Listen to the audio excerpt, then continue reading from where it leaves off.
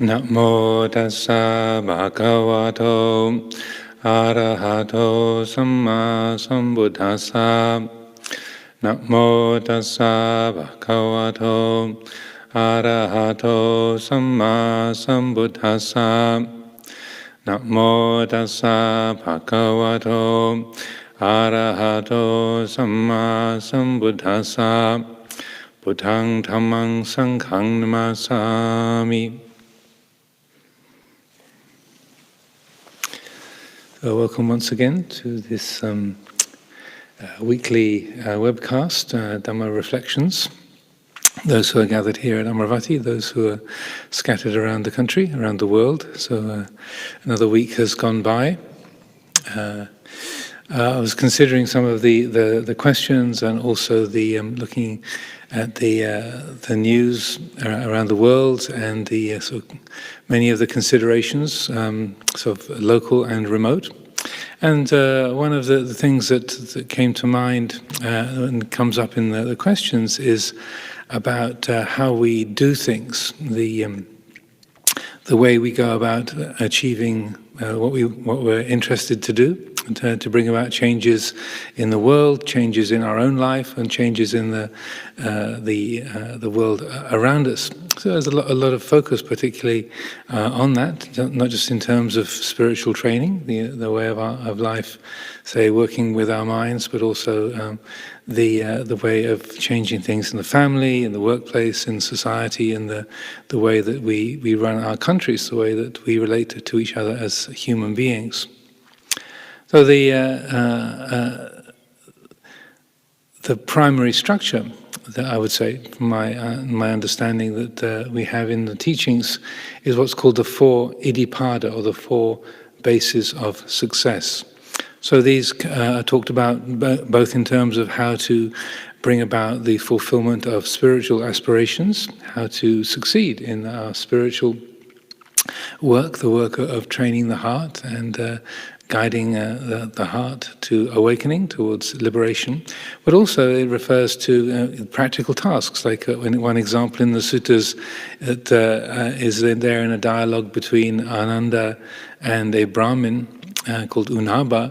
He talks about it in terms of the success of going for a walk in the park, that it doesn't have to be with an exalted spiritual goal. It's really about how we go about succeeding in any kind of task we undertake, or anything that we see as worth doing in our lives and worth doing in the world. So I felt this might be useful, helpful to consider. If we see there are changes that are useful in our life, in our family, in our work, and in the world around us, how do we go about putting, say, those changes into effect? How do we do that?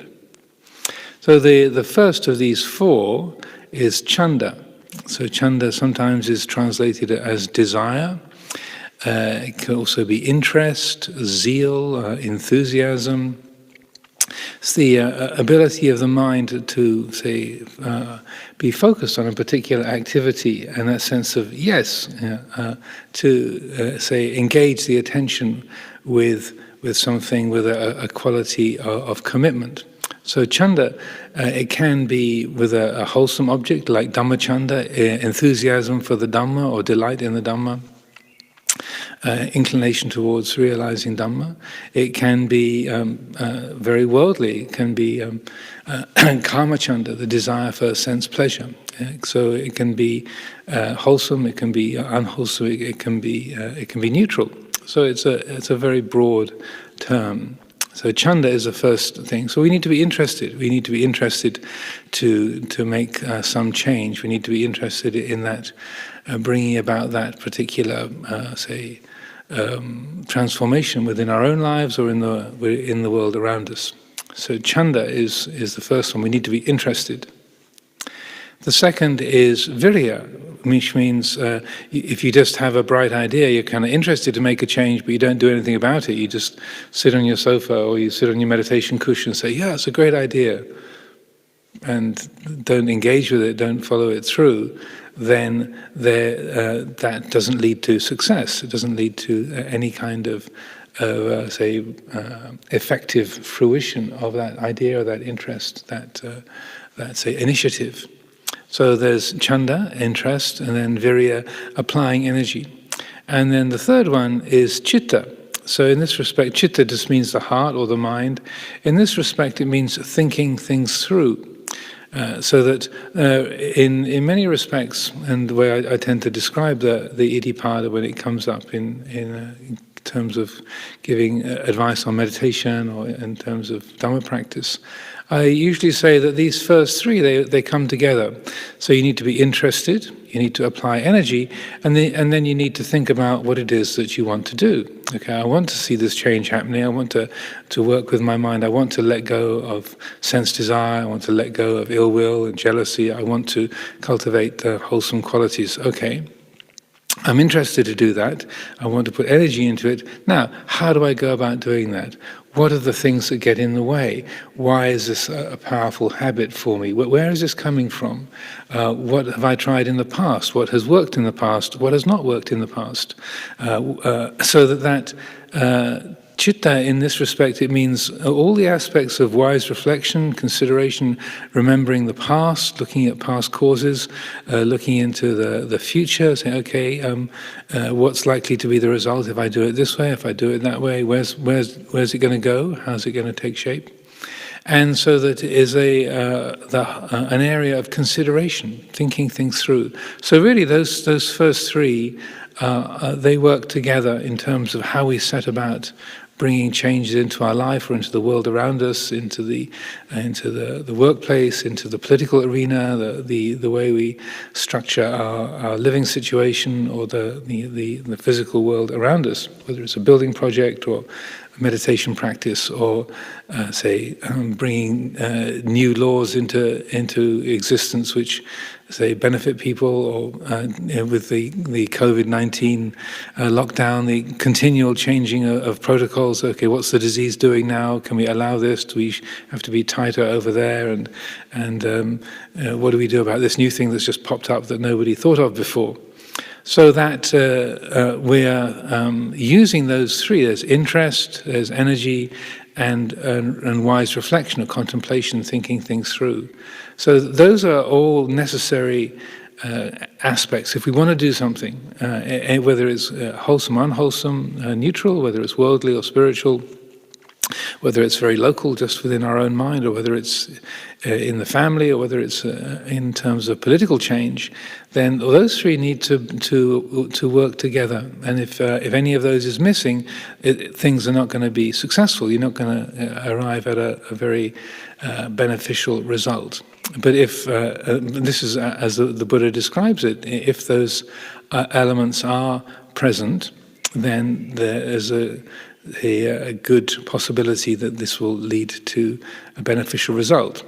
The fourth of the four is called vimamsa, and I talk about this often because it's not a quality that's, addressed very frequently in Buddhist teachings, or sometimes is missed out altogether in terms of meditation practice, and also just in terms of, skillful use of Dhamma practice in our lives.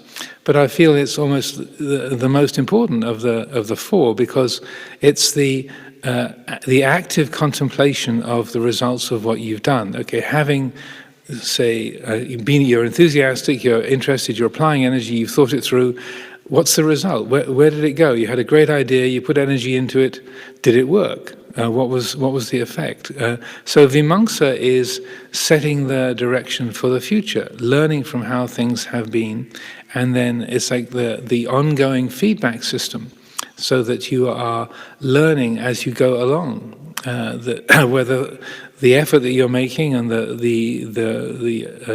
degree to which you've thought things through, is it going in the right direction? Is it coming to the kind of result that you wanted? Is something else the result? Is it going in a direction that you don't want, or that you don't expect, or you find is harmful or obstructive, destructive?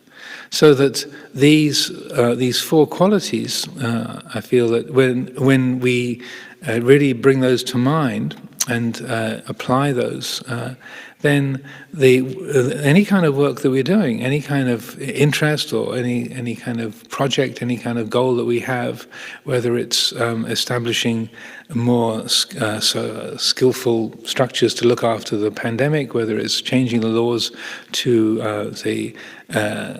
dispel racism and inequalities in society, whether it's about how to restructure your home so that things will be more convenient and more comfortable, whether it's about working with your mind in meditation, how to deal with sense desire, or how to deal with laziness or ill will, how to deal with your grudges or your feelings of loneliness or whatever it might be, that if we are, say, bringing attention in this way, then we can arrive at success. There can be, say, the effort that is made can lead to beneficial results.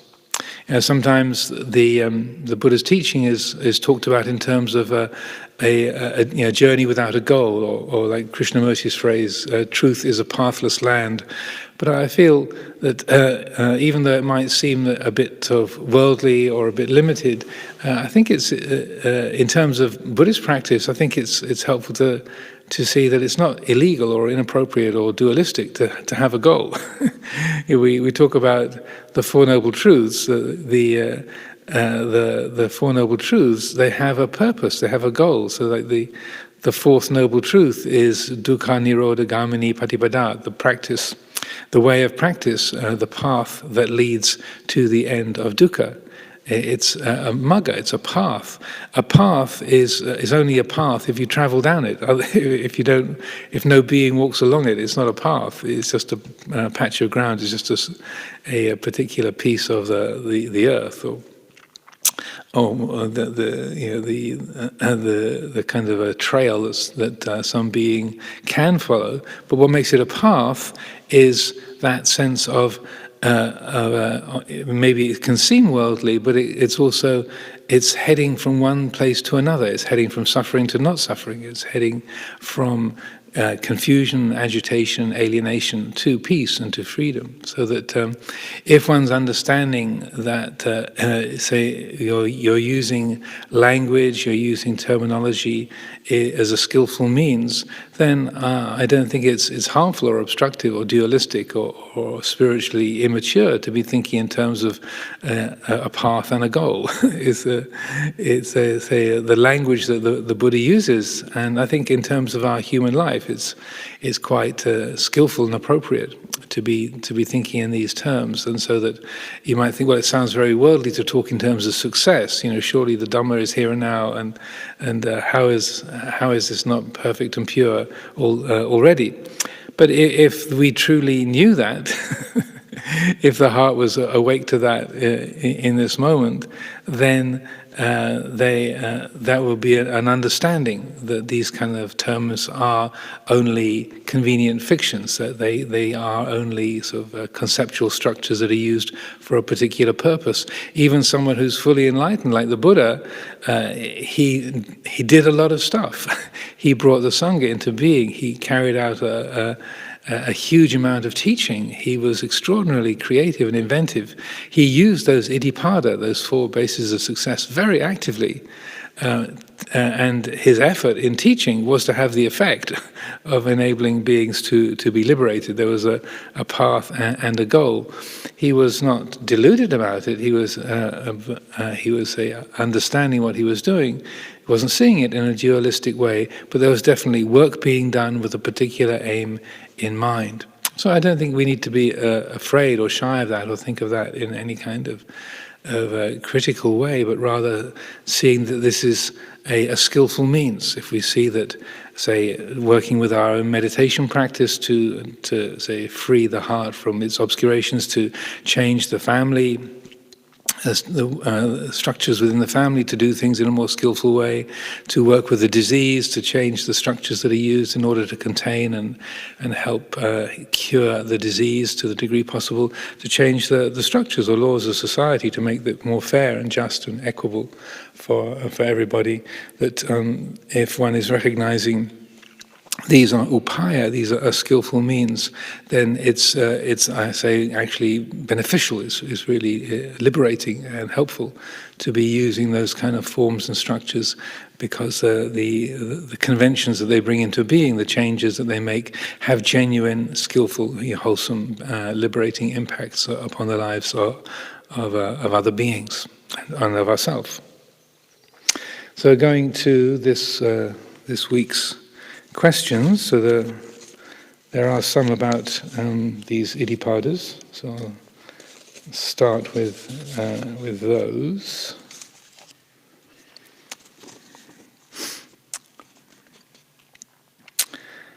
So, first one. In your essay, that's a paper that was published on the website about effort recently. In your essay, you have described Avijja, that's the three knowledges, to obtain the pathway as the Buddha inspired. What are these three knowledges? So Avijja is Tevijja, Avijja. And the first question is, what are the three knowledges that are referred to? So in the Buddha's teaching, the three knowledges that he describes that he awoke to, the first one is his manifold past lives. So the first knowledge was to see into the long succession of lives that he had and the relationship between those different lives in the succession of his spiritual evolution. The second knowledge was the lives of other beings and how other beings are born and pass away, and the trajectory of other beings' lives. Say they follow the laws of cause and effect according to their actions. And the third knowledge, the third vijja, is the knowledge of his own deliverance, his own liberation. So that's liberation through the heart, Chitta vimutti, and Panya vimutti, liberation through wisdom. So that's what he means in terms of the three knowledges. And also there's a follow-up question from the same person that says, thank you for your great service and live stream meditation and Q&A, especially for us who live very far from the temple and are unable to attend every week. In the past, when there was no restrictions, and possibly in the future. Could you explain Avijja? Yeah, I just did that, hopefully. As I try to understand it when I chant the word every day, worshipping the Lord Buddha in the phrase Vijja Charana Sampanno. So there's a little complexity to that, so that in the term Avijja, or the three true knowledges that the Buddha uses, he does it in many situations. He's kind of riffing on a standard that was already existent, so that he was aware within the Vedic system of what they call the three Vedas, or the triple Veda, and so that where that would be something that a Brahmin priest would be praised for, that they are able to recite the Vedas, or they are fully accomplished in the triple Veda. So that would be like a spiritual skill that a Brahmin priest or a yogi would be sort of well known for, would they take as a spiritual accomplishment. And so, and those three knowledges, or the triple Veda. And my understanding is that the word Veda in Sanskrit is related to Vijja in Pali, and those three Vedas are the. And I looked this up, so don't be too impressed. I looked this up this afternoon. So the three Vedas that the triple Veda refers to is the Rig Veda, which means knowledge of the verses. Then the second one is the Yajur Veda, knowledge of the sacrifices, and then the third one is Sama Veda, knowledge of the chants. So that someone who is accomplished in the triple Veda will be able to recite all those Vedic teachings, like the Rig Veda. So they'd be able to recite the verses. They would know the sacrifices. They'd know the ceremonies, and they'd be able to recite all of the prayers that go along with that. So the Buddha is kind of taking that theme and sort of putting his own twist on it. And so he did this many, many times. Like when he was talking with the former fire worshippers who had become his disciples, and he gave what's called the fire sermon. The focus of their spiritual life would be on fire, on keeping sacrificial fires alive, and then the Buddha used the symbolism of fire as, say, a theme, but it took it in the opposite direction. Rather than keeping the fire alight, to keep the flame of a sort of spiritual fire alight, he talked about letting the flames go out, letting the fire die down. So he talks about the fires of raga, dosa, and moha, of passion, of aversion, and delusion, letting the fires go out. So he's somewhat doing the same thing here with the Avijja. So his three knowledges are really different from the three knowledges of the three Vedas of a Brahmin. So his three knowledges, it's Vijja means awareness or knowledge or knowing. So, but he's talking about it really as spiritual accomplishment, realization of the fundamental nature of reality, and also the profound and intricate nature of his own experience, his own many past lives and how they all work together, the lives and comings and goings of other beings, and then the knowledge of the complete deliverance of the heart. So he's using a similar term, but putting very much his own spin on it. So then in the phrase Vijja Charana Sampano, then that's using the word Vijja in a slightly broader way. It's the same word in the Pali, V-I-J-J-A with a bar on top, Vijja, a long A. Vijja Charana Sampano means someone who is, say, impeccable in conduct and understanding, or perfect in knowledge and conduct. So it's say a slightly broader term. It's not just those three knowledges of an arahant, one who's awakened and had those kind of profound insights into the past lives and such like, or the lives of other beings, but it's using the term slightly more broadly, I would say, as the quality of awareness, awakened awareness itself. So Vijja Charana Sampano, so perfect in knowledge and conduct, perfect in conduct and understanding. And it's a way of, it's one of the qualities of a Buddha, one who is fully awake, and that it's, in a sense, acknowledging how awareness and conduct are sort of two sides of the same thing, like the front and the back of the same hand. So that awareness might seem very different from conduct. Conduct might seem very different from awareness. But in the quality of the Buddha, we have, say, both of those aspects are fully perfected or fully purified.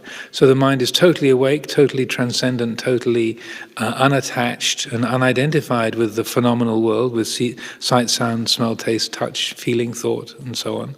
It's completely transcendent. The Vijja is the transcendent awakened awareness. It's completely so gone, as it were. It's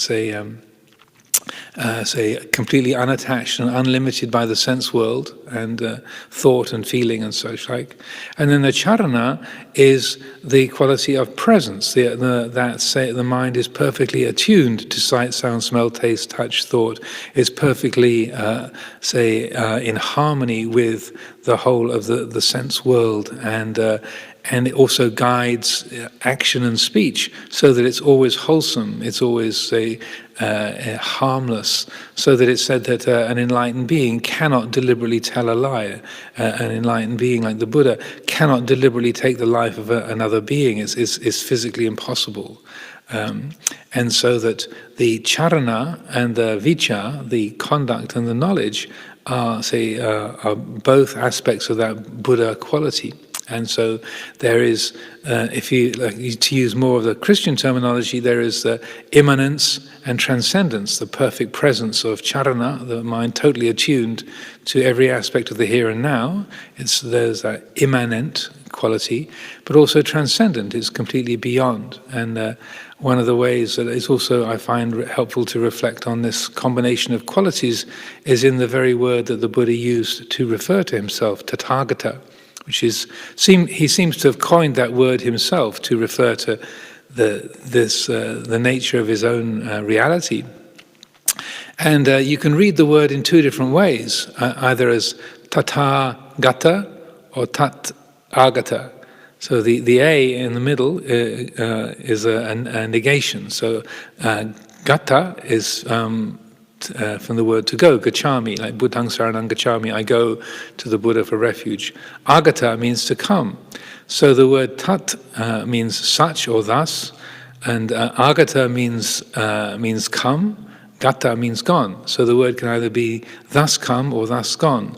Gone to suchness or come to suchness. Either totally transcendent or totally present, immanent. And my feeling is that the Buddha was very, very fond of puns and word plays, double meanings. So my suspicion, my pet theory, is that he very, very deliberately coined that word to have two meanings, both totally present and attuned to the immanent experience of the sense world, and totally transcendent simultaneously, both completely present and completely gone, both here, present, immanent, and totally transcendent at the same time. So this was also from the same person, different question. Are there actually 5 bases of spiritual power rather than 4? And then they quote this particular sutta and refer to that, the shorter discourse on the elephant's footprint. And I looked it up and searched through it, but I couldn't find that particular reference there. But it is in the Cetokila Sutta, which is the wilderness of the heart. So that's Sutta number 16. Of the Majjhima Nikaya. And so, as I was just saying earlier on, there are usually in the list 4 bases of spiritual power, the Iddhipada, Chanda, Virya, Chitta, and Vimamsa, those 4. So interest or zeal, energy, reflection, so say consideration, and then reflection or review. But in this particular sutta, the wilderness of the heart, then the Buddha adds on another one. And he has a 5th that he adds to the list. And that in that particular sutta, he's talked about these 5 qualities which he calls the wilderness of the heart. And wilderness not being a kind of attractive or inspiring or sort of positive quality in this respect, but rather somewhere where you're kind of lost and alone and in danger and sort of starving and in a distressed or difficult situation.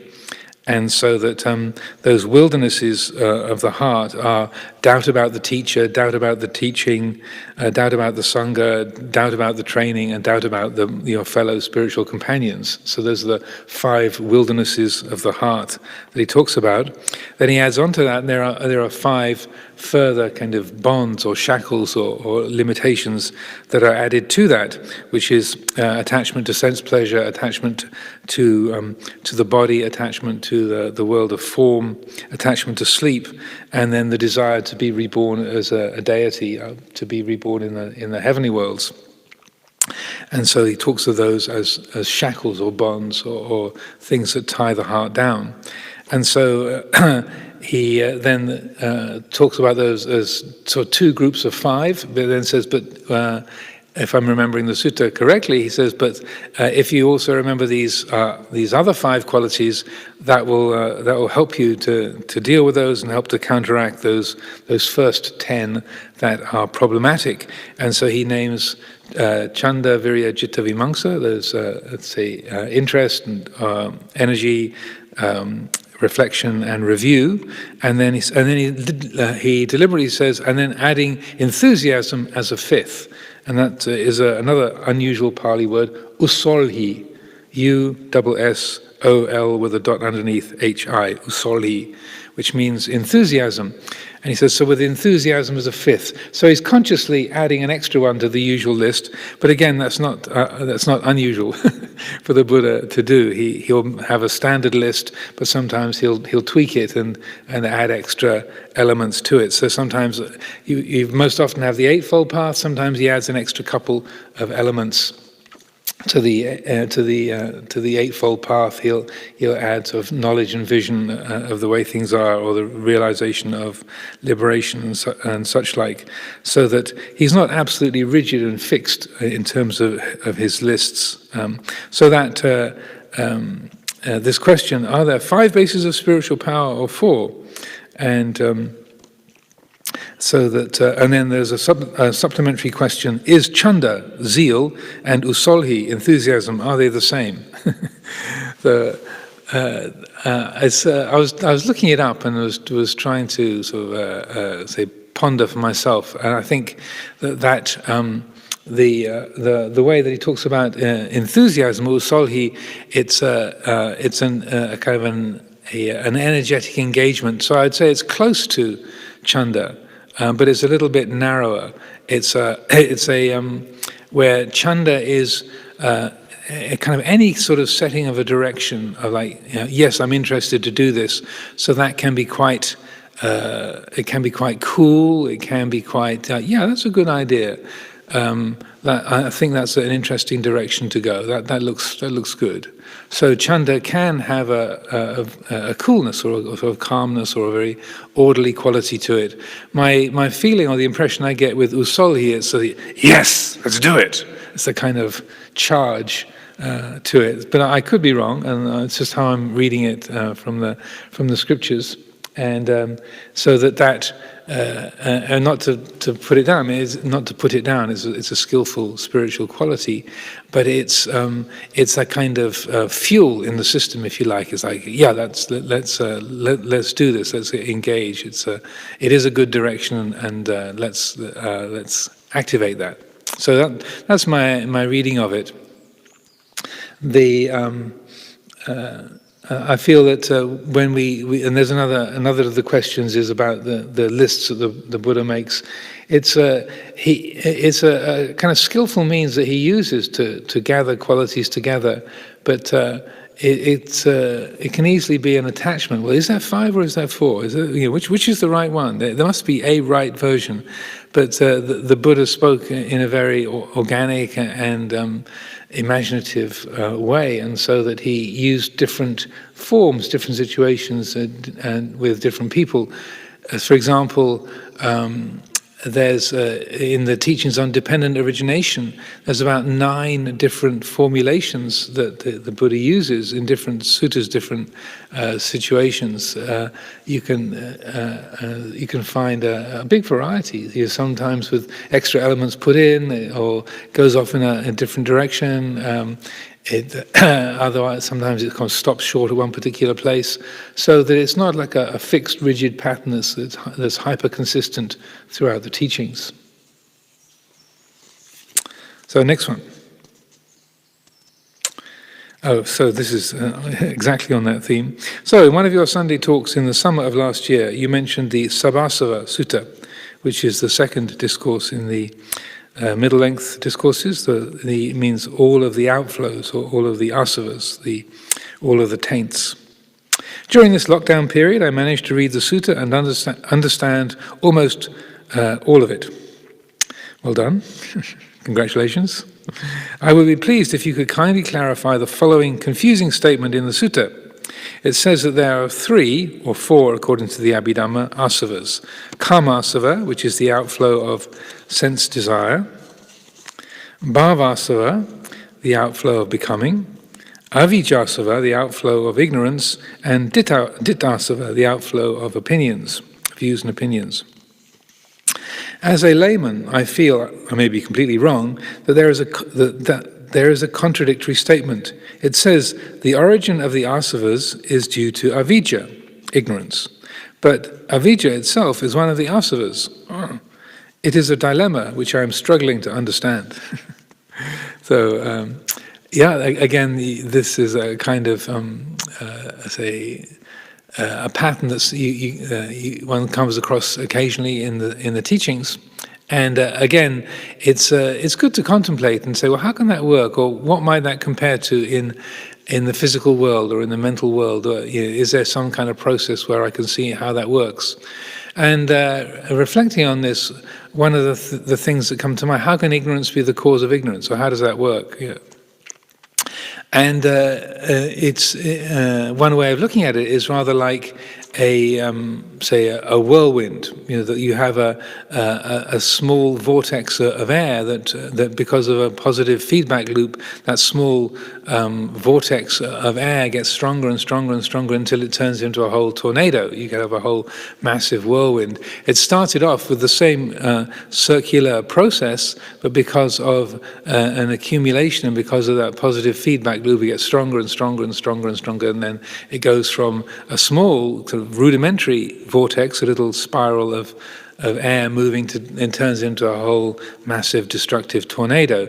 They're both air spinning around in a vortex, but the one has been very sort of rudimentary or germinal. It's been a very basic process, and it's ripened into this massive and destructive process. So that it's that you can say it's the same quality. It's just air moving in a circle. Like Avijja is just Avijja, but I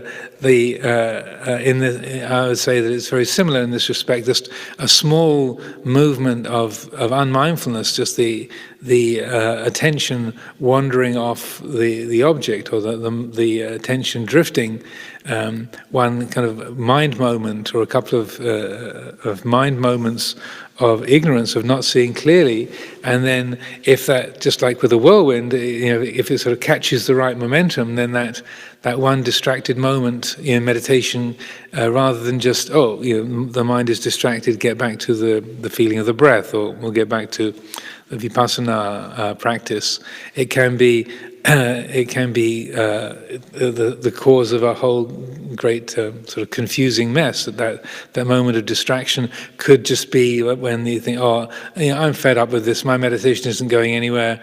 Actually, this whole thing is completely pointless. I'm going to go out for a drive. And you go out for a drive, and you have a car crash, and you get into an argument, and then you're having a fist fight on the street, and like, whoa!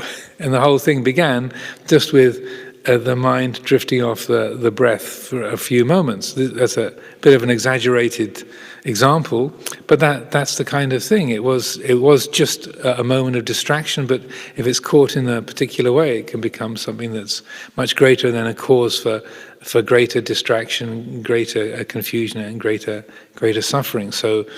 But again, with many of these aspects of the teaching, I think it's very good to be using the lockdown time for picking up the suttas and really not to just take my word for it, but really using this opportunity to explore for oneself.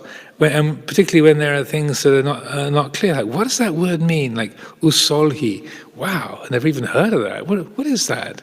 And how is it different from this other word?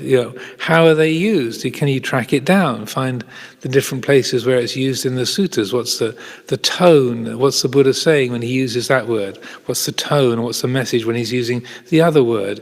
Was there a difference? Is there a contrast? How is that working?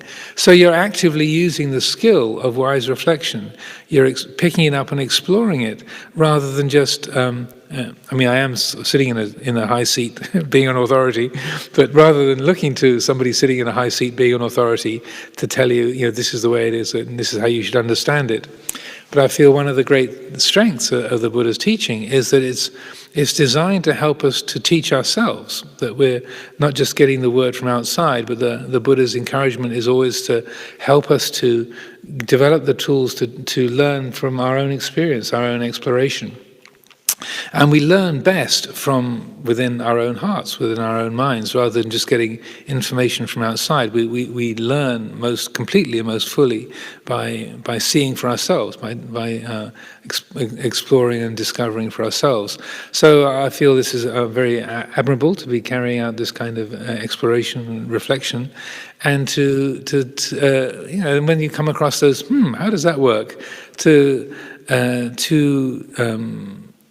Dig deeper, to open it up and to consider a bit more fully. What is that referring to? Sometimes to look at the origins of a Pali word. You can access the Pali Text Society dictionary online as a free online. Freely available. You can look it up. You can look at the etymology of the word, where it comes from, what it's built up for, what the building blocks are, and sometimes that can be very revealing. Also, other suttas where the same word is used or the same phrase, that reminds me of something, where have I seen that before? And nowadays with Google and the, say, Pali resources, you can look up the original Pali text in the Pali language, you can track down the words and uncover it, what might be the meaning of that particular word. Similarly, in terms of things being illogical, and talking about dependent origination, one of the main teachings about dependent origination, the Mahanidana Sutta, in the Digha Nikaya, the long discourses, that's the biggest discourse about dependent origination. When the Buddha is describing it there, he follows the process back from dukkha to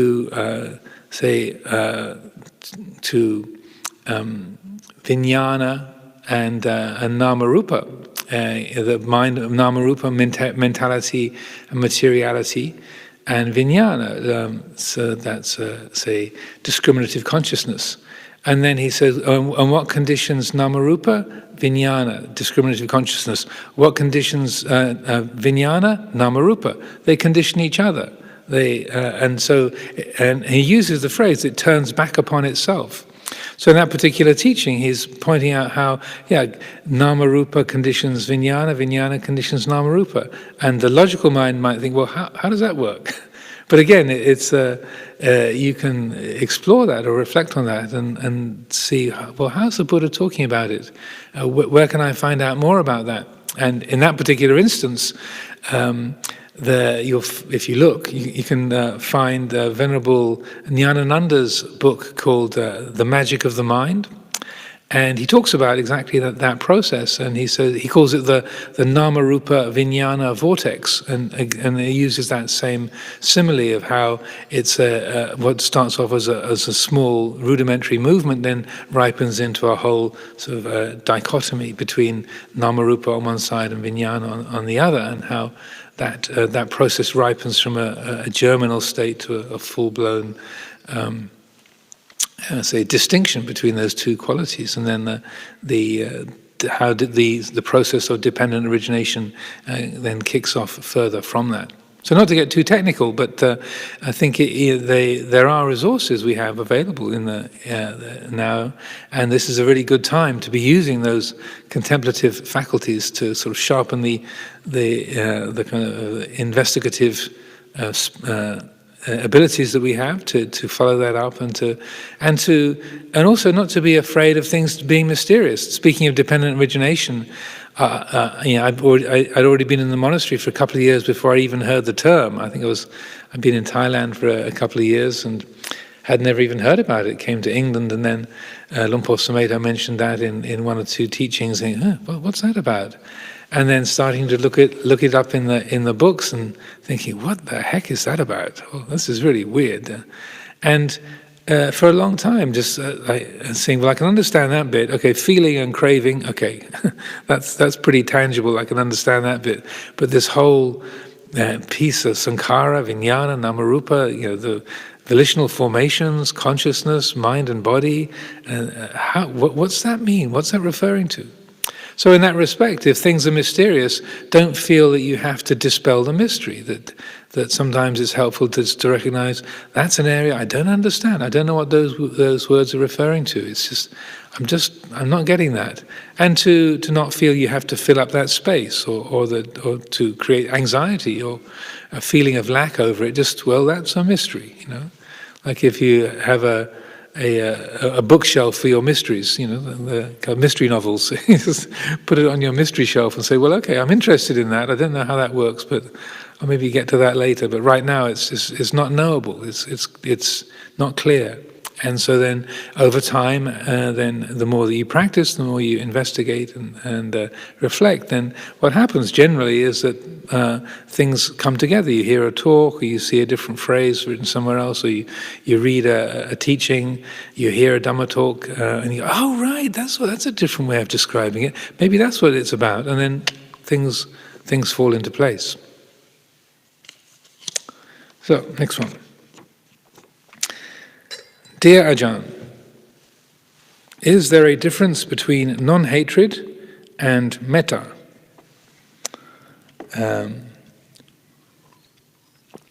Short answer, no. So oftentimes you get a word like dosa means ill will or aversion, hatred. Adosa means non-ill will or non-hatred. And generally speaking, as far as I'm aware, then the say adosa, non-hatred or non-ill will, is a synonym for metta, for loving kindness. And again, I checked up. I was looking through the books this afternoon, and I checked up on that, and that's exactly what Bhikkhu Bodhi says in his note on that. That it's for the word adosa, you can substitute loving kindness. It's also a helpful teaching in that respect. That and this is often talked about in Luang Por Sumedho's teachings. I try to emphasize myself as well that when we talk about metta, it can often come across as say encouraging a sweet feeling or a feeling of liking for everything, and the translating metta as loving kindness can carry that tone of we're supposed to make ourselves like, the aim is to like everything. Or like last week I was talking about how even if you're being tortured, having your arms and legs cut off, the Buddha is encouraging us to have loving kindness for the people who are mutilating our bodies. You can't like that. You can't be happy about that. But you can have adosa. You can dwell with a heart free from hatred. You can, without any hypocrisy, without any suppression, you can have a heart that is free of hatred. There is non-ill will. So there's no. So in a way, the term like adosa, it's kind of closer to what Luang Por Sumedho is expressing, and he would use the phrase "not dwelling in aversion" for metta, so that it's carrying that same kind of meaning. It's like, yeah, I might not like it, I might not say find this pleasant, and I never will. It's not likable, but here it is. It's exactly this way, so I don't need to create hatred towards it. I can be completely open to this. It's unpleasant, it's uncomfortable, it's unwished for, but here it is, and so that we can have a quality of acceptance for that which even is completely unlikable, and so that I feel in terms of metta, that term adosa is very helpful in that respect. It's carrying that sense of an openness of heart. Now, I like to use the phrase radical acceptance in that respect. It's you are open-hearted. You are not, say, cultivating any kind of negativity or feelings of aversion. And it's not sugaring things over, you're not being hypocritical or delusory, you're not just switching off, but rather it's like you can have a heart that's completely free of hatred for that which is totally unlikable. And so I feel that it's a skillful way of expressing that same quality. So next one. Dear Ajahn Amaro, I'm dealing with a lot of repressed anger at the moment. It very much feels like there is a store, quote unquote, of anger that has not been dealt with. How is it possible to see this as something dependently arisen in the present without falling into the view, I am an angry person, underlined, quote unquote? I would appreciate any comments and help with this. Yeah, various different. I mean, it's just even phrasing the question like that. In a sense, it's. I would say that well, you kind of got the main idea already. That's that to be able to say that's the framework of it is it's an arisen state. It's not who and what I am. There might be the feeling of I am angry and I've got a lot of anger. And there can also be, particularly in the sort of Western psychological mode, you can be, in a sense, owning your anger, or like you're in the effort to not suppress it or not deny it or negate it. So I'm owning where I'm at. I'm owning what I am, and so that kind of owning, with quote marks maybe, that can be a skillful thing, that you're not suppressing it or making excuses for it.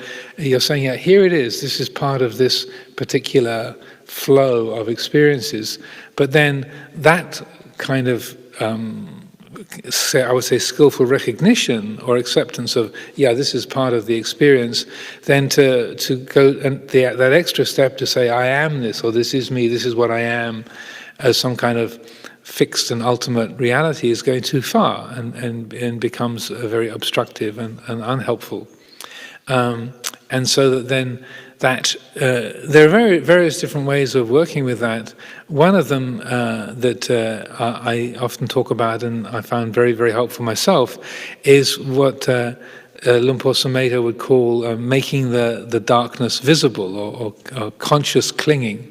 So that rather than, because we're professional meditators, we're professional good people. So the feelings of aversion or selfishness or jealousy or sense desire, they're within this community and within the Buddhist field, they're kind of flagged as unskillful, unwholesome, not to be followed, not beautiful, not good.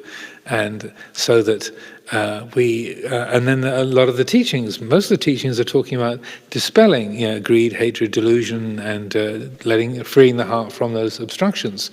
So we, in following those instructions and trying to be a good Buddhist, a good practitioner, a good meditator, and doing things in a right and effective, a successful way, then we can be working very hard to do things to help those kind of states to end, like helping that anger to end. But then in that, there can be quite a substantial amount of vibhava tanha, the desire to get rid of, the desire to annihilate, and also subtle kinds of identification. I am an angry person. I have got a lot of anger. I am worried. I am anxious. I'm a worried person. I'm a worrier. That's what I am, and that those kind of subtle qualities of identification, ownership, and the aversion of vibhava tanha, the wanting to get rid of. If I didn't have this worry, then everything would be great. If I didn't have so much lust, if I wasn't so jealous, if only I didn't have this anger, then it'd be me without the anger, which would be great. Right? That's how we feel. And I certainly had a lot of that, particularly around anxiety in the past, but other qualities as well. So in that, you don't realize the structures that we're putting in place. So there's a couple of those teachings of Luang Por Sumedho's I found really helpful. To rather than using the practice to push those things away, you actually kind of draw them closer and highlight them. Like say, I am worried. I am a worrier. That's what I am. I am worried. I'm always worried. I am a worrying person. And that when you catch that habit and in a sense highlight it and sort of freeze it in full view, then there's a way, if that's done in a systematic and deliberate fashion, that it loses its strength. Like with this question about anger, I am an angry person. I have a lot of anger. That anger belongs to me.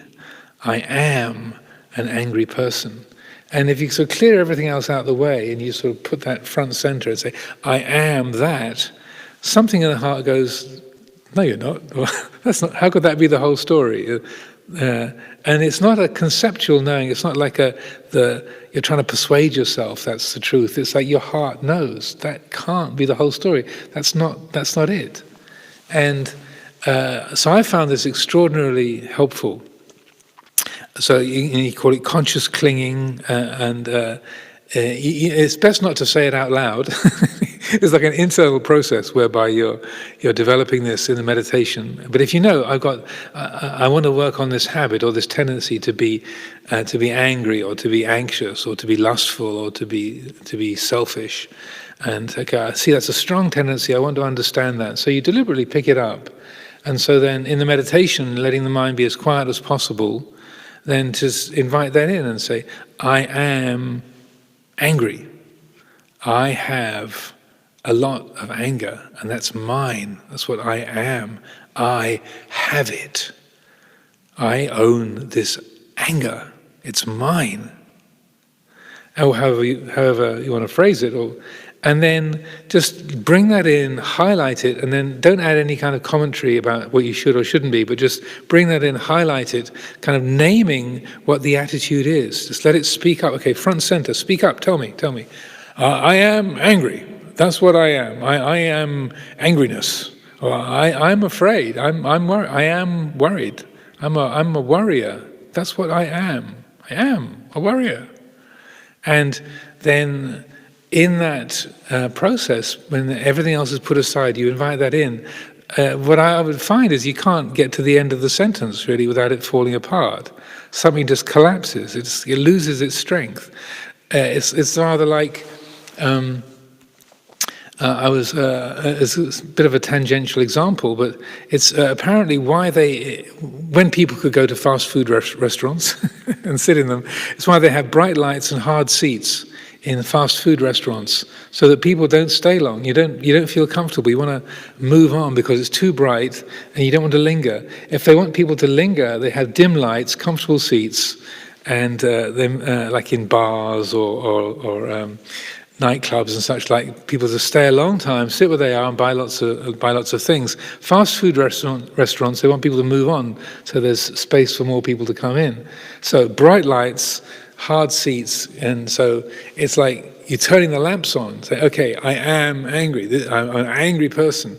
You shine the lights bright. You get it front center, and then it can't do its job. The trick doesn't work. It's like it needs the dim lights of a bar or a nightclub. You can't kind of see clearly, and it's a bit hazy, and you're a bit drunk, and then the trick works.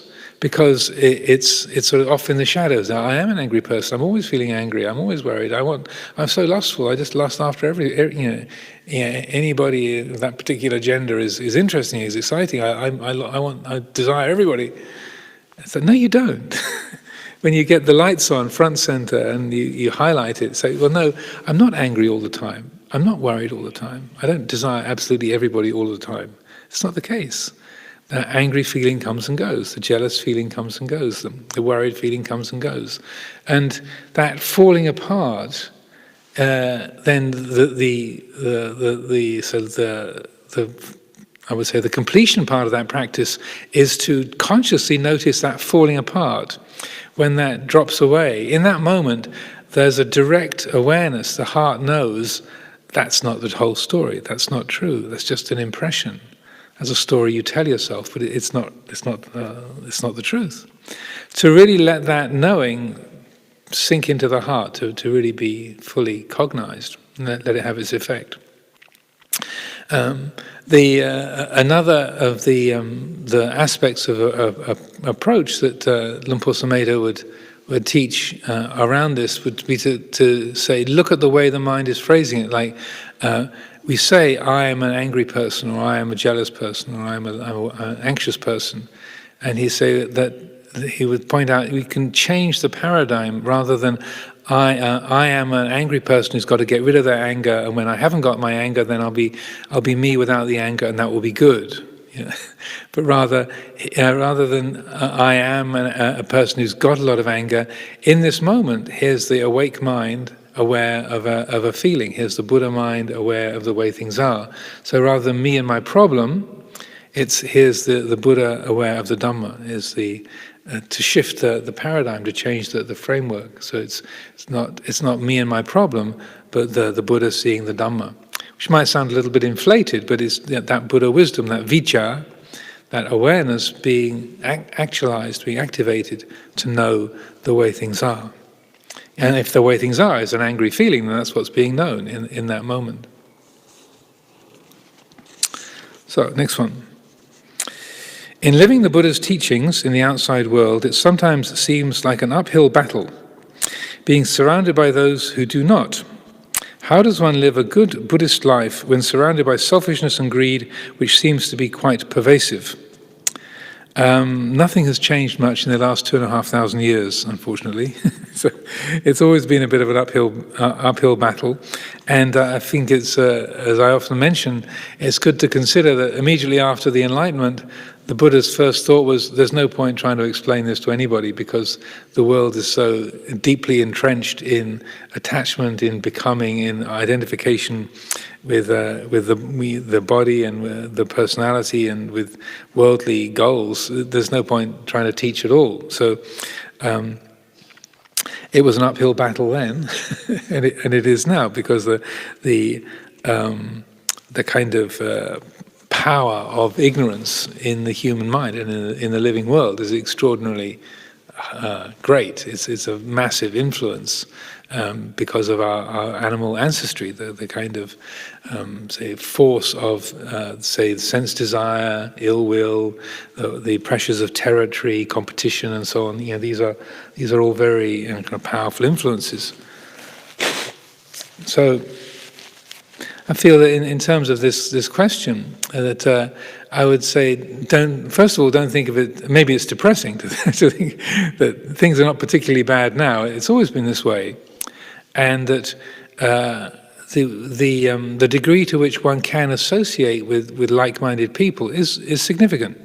So if that's through, say, being part of a Buddhist group or joining in with Buddhist activities or meditation group, and connecting up with other like-minded people, that can help to the degree that that's possible in the lockdown situation.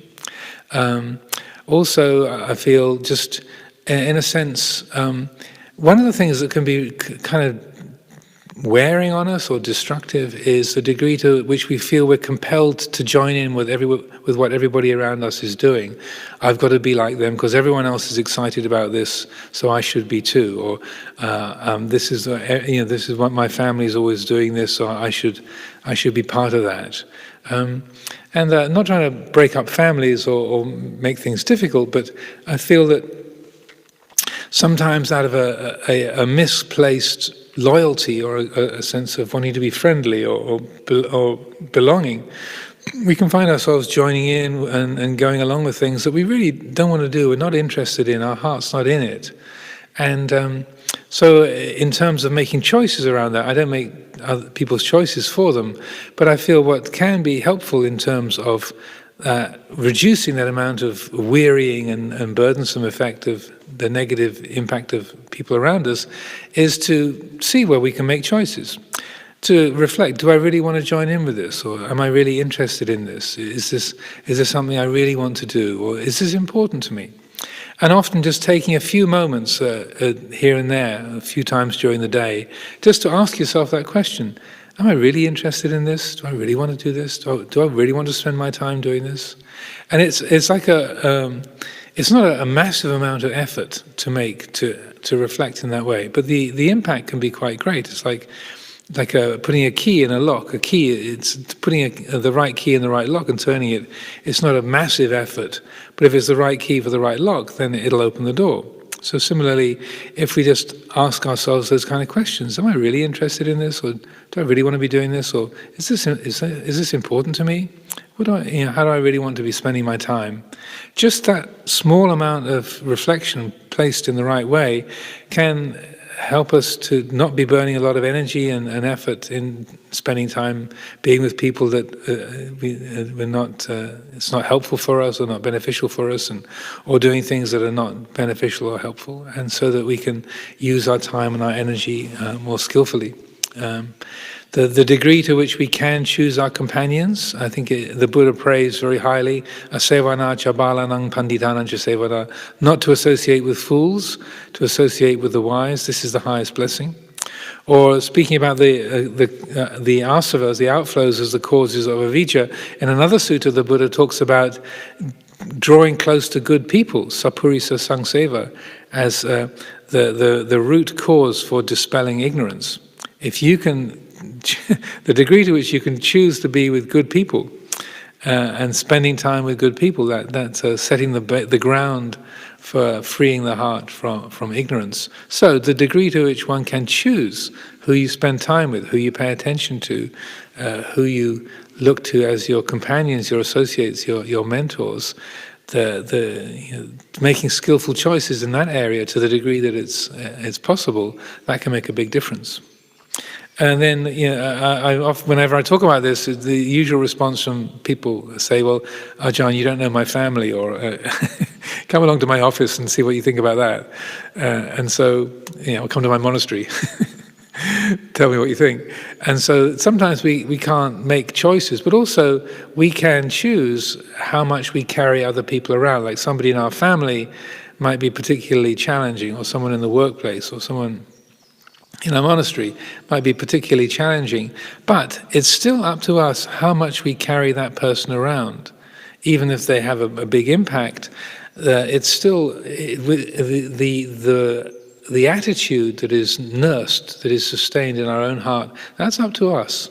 So that even if someone has a big presence or has a loud impact or is quite challenging to be with, it's still our choice whether we carry them around, whether we grumble about them in our minds. So if only he was different, and if he was this way instead of that way, then everything will be all right. And that that association isn't just a matter of physical association, it's also how much we pick people up in our minds and carry them around. So in that respect, if you're being impacted by difficult people, you make what input you can to help them to be more easy, less challenging, and then leave it alone. You just recognize certain things are out of your control, and if it's out of your control, then don't create suffering about it. That's really, I would say, one of the most helpful attitudes, so that you're not burdening yourself with all this wrongness of other people that you're carrying around with you, even when they're not in the room. So, next one. If we are beginning to see the cessation, quote unquote, when practicing, is it skillful to favor that emptiness while using skillful means, for example, metta concentration and so on, to work through the hindrances when they arise? So, is it useful to be seeing the empty nature of things while practicing loving kindness or concentration? Short answer, yes, very good.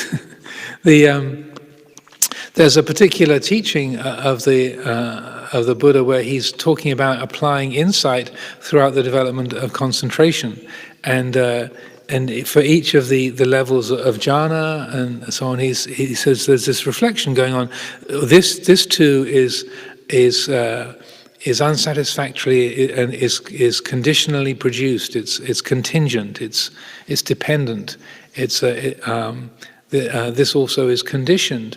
So it's keeping everything in perspective as you go along. So the Buddha gives precisely that example and says how that is something that's beneficial. So you're bringing that insight particularly into not self, because emptiness, in the majority of the Pali teachings, empty, sunya, means empty of self and what belongs to a self. So the teachings on anatta and the teachings on sunyata are very, very close in the southern Buddhist world.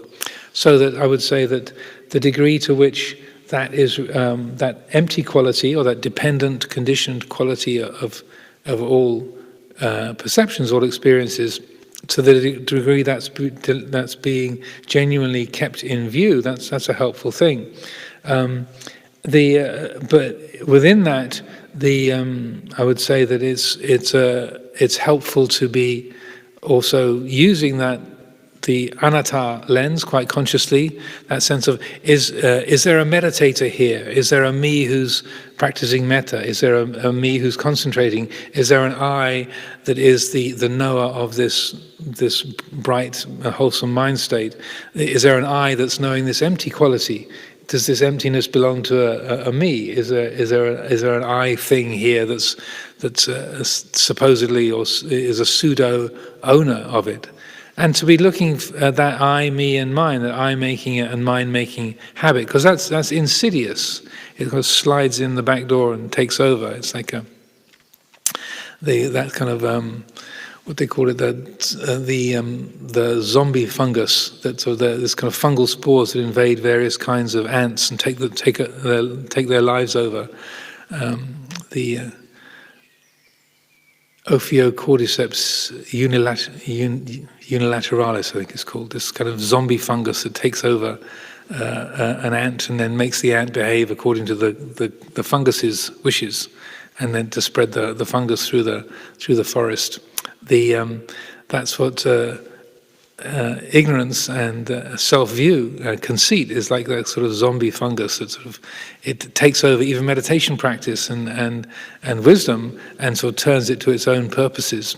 And so that might seem a little bit tangential, but it is rather like that. I feel that sense of that we can feel that we're practicing meditation, we're doing all these spiritual things, we're developing all these qualities, but it's my mind, my realization of emptiness, my mind, my experience, my practice is really going somewhere good, and that it's slipped in the back door, like the Ophiocordyceps fungus, and is taken over the whole thing, and so that the ant is a zombie. The ant has had its life completely co-opted, and so that's how ignorance works. It can take over even wholesome activity and disguises itself as sort of spiritual work, but it's more avijja pachaya sankhara. It's more ignorance creating complication and doesn't lead to liberation in the long run. So I would say, as long as that recognition of emptiness is genuine and it's empty of self and what belongs to a self, then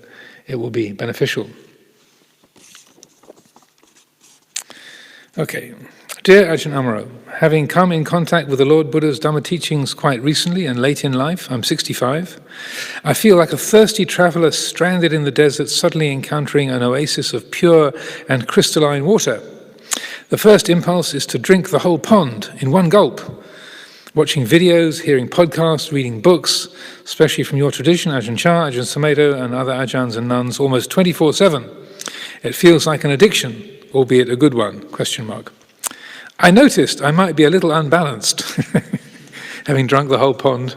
That's at least to be able to recognize that you're trying to drink the whole pond. That's a good thing. I might be a little unbalanced and feel that I don't make enough time for a good digestion, quote unquote, of the teaching by complementing it with insight and meditation time of our true nature, even with mindfulness during work hours. What would you suggest to return to a good balance for a healthy digestion of the spiritual food the Dhamma offers without losing, quote unquote, the energy this momentum is giving? I feel very grateful for your Sunday talks and for the Sangha that technically make them happen. So the gratitude to the techno team. Well, I think it's speaking of Usolhi, the enthusiasm. It's like, yes, starving in the desert, dried out, and suddenly there's this great big pool of delicious, clear, beautiful, refreshing water. It's natural to just jump in and try and drink the whole pond. And I very much had that experience coming into Wat Pa Nanachat in Thailand, all those years ago, that I was very much had that stranded in a desert and walking into a place with this kind of massive resource of refreshing and delightful, free, crystalline, reviving water.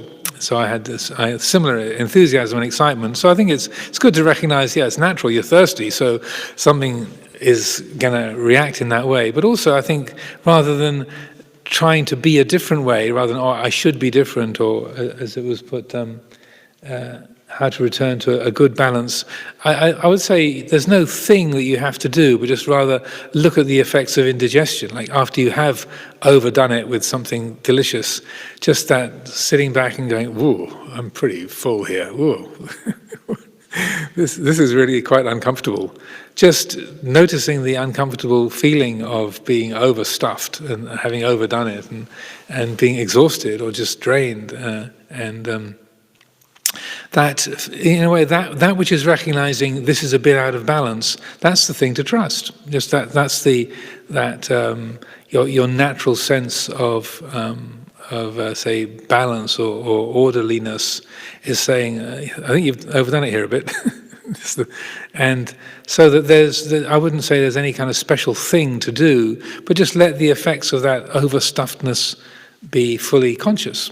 And then that leads to a greater sense of moderation. The next time you start sort of reaching for the YouTube collection of Dhamma talks and think, well, okay, I've been sitting here for 3.5 hours already, so maybe go make a cup of tea or stretch my legs. And I know what I felt after the last marathon. I know how I felt. That was pretty exhausting and uncomfortable. So let's not do that again. So that there's a natural balancing that comes from the vimamsa, in a way, looking at the results of what you've done. But if we don't look, we don't really let that in, then we just keep following the habit. So that vimamsa, that reviewing the results of what we've done, that's what I'm saying is the most effective thing, letting there be a full consciousness of being overstuffed. Okay, having followed that impulse, this is the too much of a good thing feeling.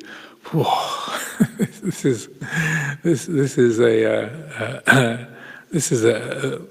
really quite uncomfortable. This is unpleasant.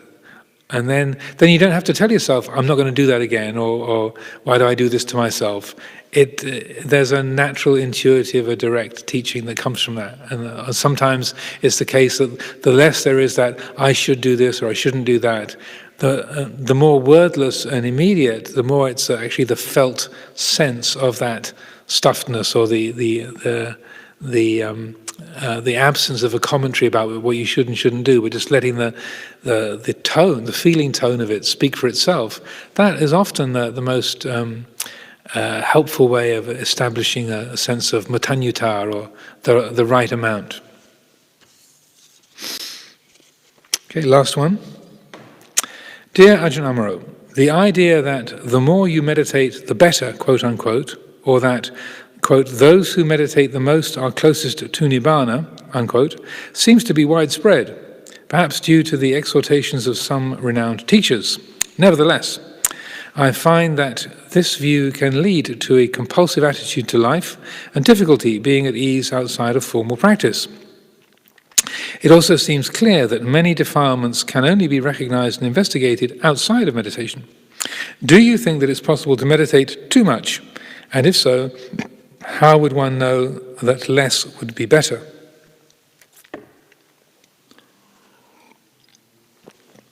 Yeah, I would say you can easily meditate too much. I think the more is better is generally a bad ethic to follow. Just because there's more of it doesn't mean to say it's better. But also there's all kinds of miccha samadhi, wrong meditation, as well as samma samadhi, so that you can do a lot of the wrong kind of meditation. You can work very hard traveling down a road that's going in a really unwanted direction. You can drive if back in the days when people could drive cars, if you're trying to drive to Chithurst, which is south of Amaravati, and you get onto the M25, and you go east instead of south, you can end up having a long journey. Or if you end up on the M1 and go north, then you can drive very, very carefully for hundreds of miles and not get where you want to go. You can drive extremely, quote-unquote, mindfully, without having any accidents, being extremely thoughtful and attentive to the road and your vehicle, but be heading in a totally wrong direction. So with meditation, it's very much that way. So it's more important to work well than just to be working hard. So, and not to say it's a bad thing to work hard, but to be working well is, and I say that it comes back to the iddhipada. There's the basis of success, to think about what it is you want to do, to look at your intention, to look about the way you want to go about doing it, and how you're going to do it, and then looking at the results of what you've done. So if you notice the signs are saying this, you're now approaching the Dartford crossing, you realize we're going around the M25 the wrong way. This is the long way to Chithurst. we can get there, but this is the long way around through Kent rather than going the short way around through Surrey. So, oops. You read the signs to see where you're going, and so that working hard and putting effort into the practice is very skillful, but it's in a sense more important to work well, to have those considerations. Okay, why do I want to do this? How am I going to do it? What's the goal that I'm aiming at, and how's it going? Where am I getting to?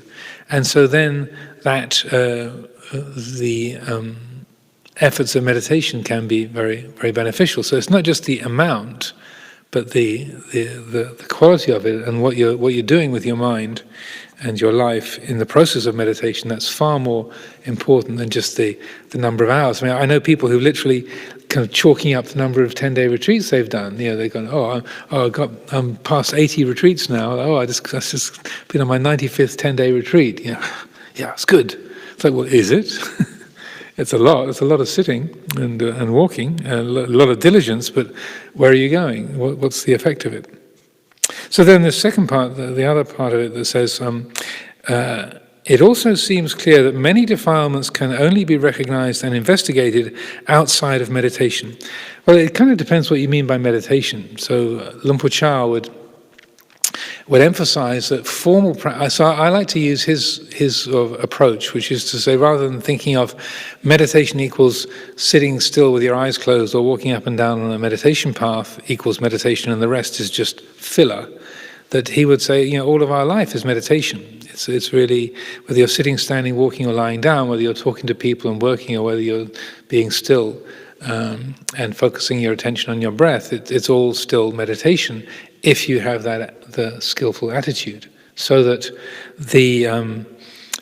I would say that many defilements can be recognized or should be recognized within meditation if we expand the meditation beyond the idea of formal practice. So I like to use the languaging of formal meditation and informal meditation, but it's all still meditation.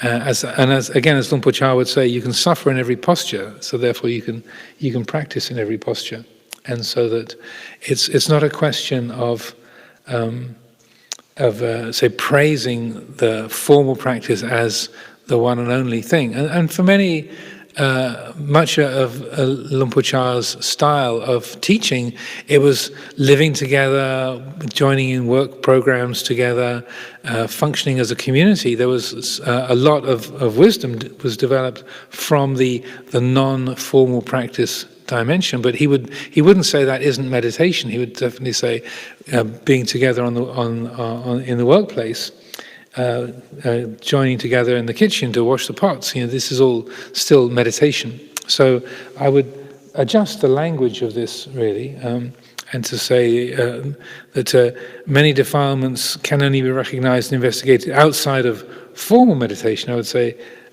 because sometimes the formal meditation, it's very easy to put the personal considerations to one side, and that particularly if you've got strong samadhi, the mind concentrates quite easily or quite strongly. I know over the years a number of people in the Sangha who got really good kind of concentration, but then outside the meditation hall they have really intense difficulties of getting along with the other humans. If you can focus your mind on a single object and you put your own body, your own personality, your own concerns off to the edges, and the mind is just focused on, say, the rhythm of the breath or a meditation object, you don't have to perform as a person, and so that the stronger the concentration is, the more effectively you can just create a little bubble. But then it can be that if that bubble is your refuge, then when the bubble is not there and you've got to deal with these humans, with feelings and opinions and stuff, and they're in your space, it's like that. Then if that really throws you off balance, and Luang Por Chah's whole style and how these communities are based on his teachings over these decades are all so built in the same way. It's like, well, that's where you need to do some learning, is in that interactive mode, and that's very much a part of the meditation. I would say that's not external to the meditation, but really that being mindful of those, say, inability to communicate well with other people, or struggling with aversion to this person or attraction to that person, and the mind needs to learn around those dynamics, and that's very much a part of the practice. So that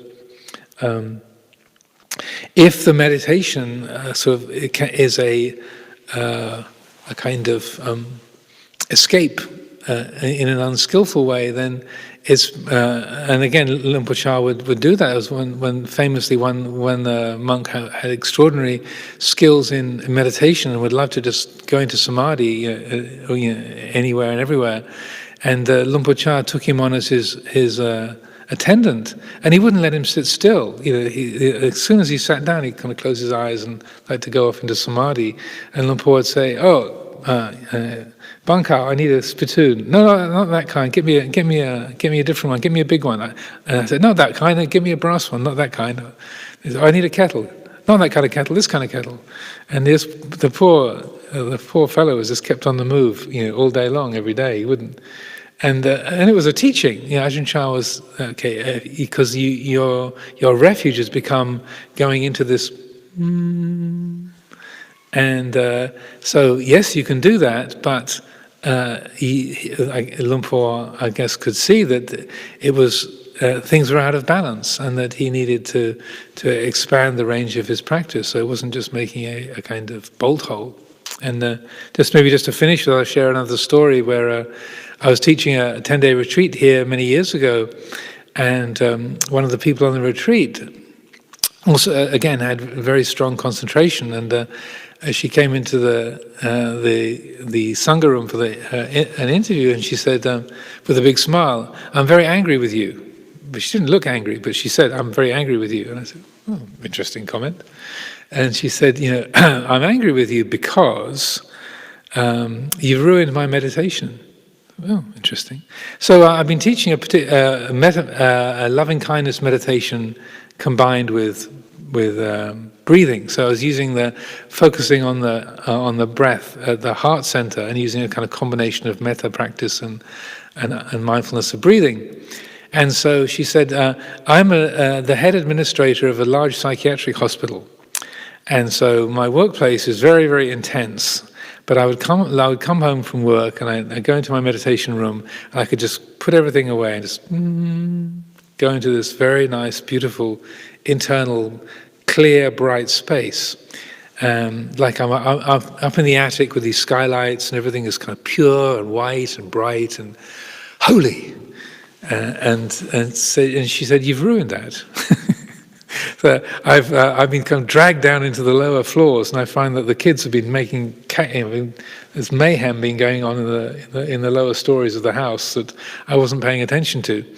And I thought it was an interesting way of talking about it. She said that the kids have been causing chaos down in the lower parts of the house that I was blithely ignoring. So I had this nice, beautiful space up in my attic, and now you've kind of dragged me down into the rest of the house where all this kind of confused, difficult, tangled stuff is going on. So I thought she described it very well, and I thought, well, you don't seem that upset about it. She said, well, yes, I am upset. I was really enjoying that, but I suppose this is worthwhile.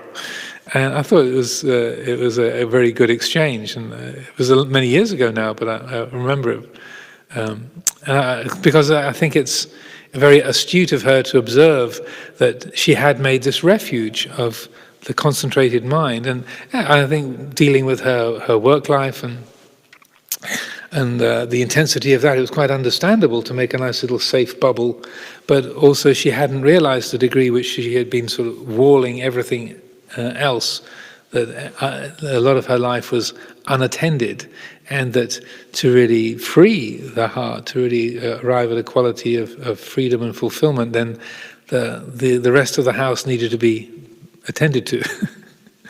So that is something that can easily happen. And so when people say get over-attached to meditation retreats, or over-attached to solitude, or over-attached to having a kind of totally silent, hermetically sealed environment, then if you feel that sense of anxiously trying to keep your space, or keep your retreat, or stop things from getting in, notice that anxiety, notice that tension, and realize that's a sign, and then to consciously incline towards being more open to learning lessons from interaction with the world, having to be a person, perform as a personality, deal with other people and to work with their personalities, and to see what blessings, what wisdom, what really wholesome, beautiful qualities come from that. So I offer these thoughts for consideration this week.